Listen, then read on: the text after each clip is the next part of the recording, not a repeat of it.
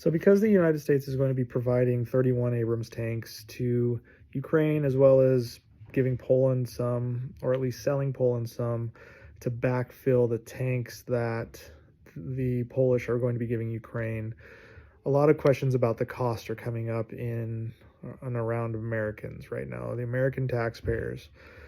The vast majority of Americans support giving Ukraine what they need to defeat the Russians. But those few, I'd like to address that. And the previous video I made on this was very popular. So, to kind of expand on that, when it comes to the $80 billion that we have allocated to provide Ukraine with aid through Congress, it's roughly around there. We've spent about $28 billion. That $28 billion, as I said, costs the average American taxpayer about $14 to $15 a month. However, that's not the entire story. The amount that we give to Ukraine has the roll-up of the cost of equipment. And the reason that's important is 48% of the money that is on paper saying that is going to Ukraine is actually in the equipment that we are sending to them. It is the cost of the equipment. However, that cost has already been paid. A lot of these tanks and Bradleys were paid for years and decades ago. It's almost like saying, I have this couch and I paid $500 for it 20 years ago, and now I'm giving it to Goodwill, but I'm going to complain about how it cost me $500 as I'm giving it to Goodwill. That isn't how it works. You got your use out of it, just like it's mostly at the end of the American life cycle for usage. It's in storage. It's just eventually, potentially, could even become targetry. And so it gets, and by targetry, I mean targets for other tanks to destroy and testing. So it gets some good use out of it going to Ukraine.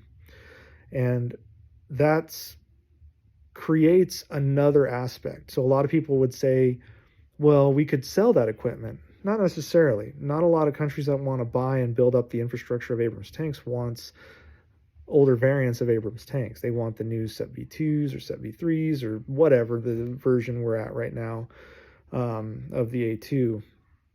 And so what this does create for the U.S. is it's almost like advertisement. And it sounds callous because this is war, and to talk about the dollars and cents of war when people are losing their lives, and advertising and how this is good for America in its military industrial complex. But the conversation was started based on the cost. So I'm going to go down that route. The reality for America is last year, the U.S. bolstered its military exports by 49%, or about $51 billion. So we provided $28 billion in aid and equipment to Ukraine, but in the process, our military industry in the U.S. made an additional $51 billion because of the good faith gestures we've given, because our equipment is seen as superior to the Russians, especially since the Russian equipment is failing at such an extraordinary rate.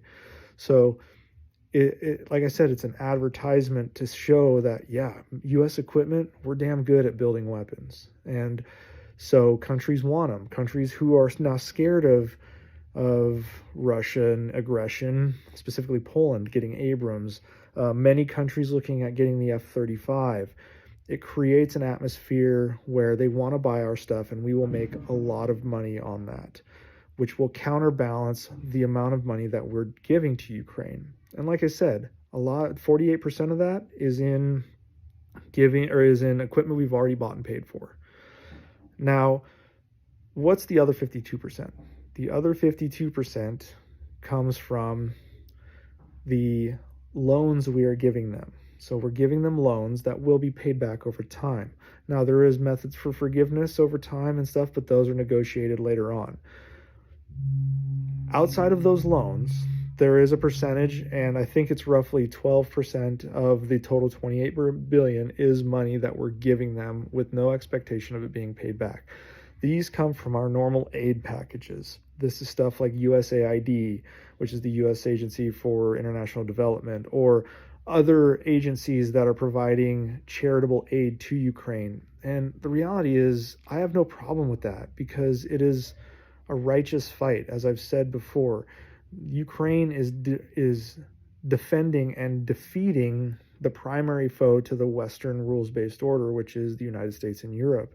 And we, fortunately, but sadly for Ukraine, are not losing any of our European, any of our American soldiers. It is the brave and heroic Ukrainians on the front line.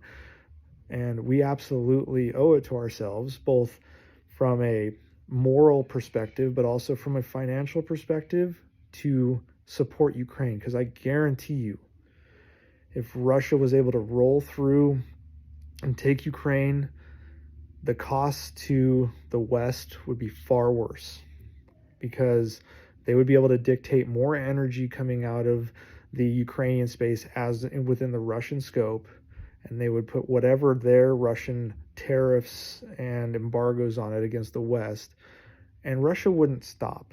They have ambitions to close up various areas and access to Moscow, such as the Baltic Sea, the Bessarabian Gap, the Polish Gap, and they just wouldn't stop, and we would have to deal with this to the tone of not only $1 trillion in trying to fight a major war against Russia, but multiple trillions of dollars in impact to the global economy, which would hurt every American. So it's very short-sighted, as I said in my previous video, to look at Ukraine and say, what's going to Ukraine is taking money out of my pocket right now. That's not the case. In fact, because of the need for them to get supplies over the next decades, because they want American equipment, it's actually creating an investment for the United States. And the money that will flow to the United States is military industrial complex, its military industry is going to far, far outpace the amount of money that we are donating or spending or giving in equipment to Ukraine. And that's the bottom line.